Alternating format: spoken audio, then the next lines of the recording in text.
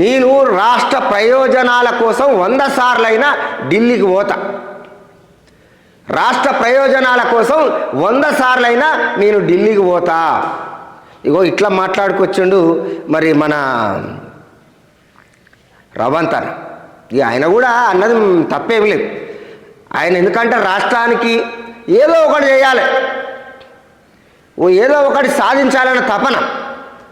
కాబట్టి ప్రతి ముఖ్యమంత్రికి ఉంటుంది. ఆ సందర్భంగా ఇక మనం కూడా దానిని పెద్దగా భూతద్దంలో పెట్టి చూడొద్దు. కానీ ఆయన 99 సార్లు పోతుంది, 100 సార్లు పోతుంది. ఇప్పుడు దీంట్లో పెద్దగా ఎవరికి నష్టం ఏం జరిగేది లేదు. కానీ కేంద్రం నుంచి రావాల్సినటువంటి బకాయిలు, బిల్లులు, మరి రాష్ట్ర ప్రయోజనాల కోసం ప్రాజెక్టులు, ఇవన్నీ కూడా కొంత తీసుకురావాల్సినటువంటి అవసరం ఉంది. కాబట్టి అనేకసార్లు తిరగవలసినటువంటి సందర్భం కూడా, దాన్ని పెద్ద రాజకీయంగా బదనాం చేయడం అనేది అది కరెక్ట్ అయినటువంటి సందర్భం కాదు.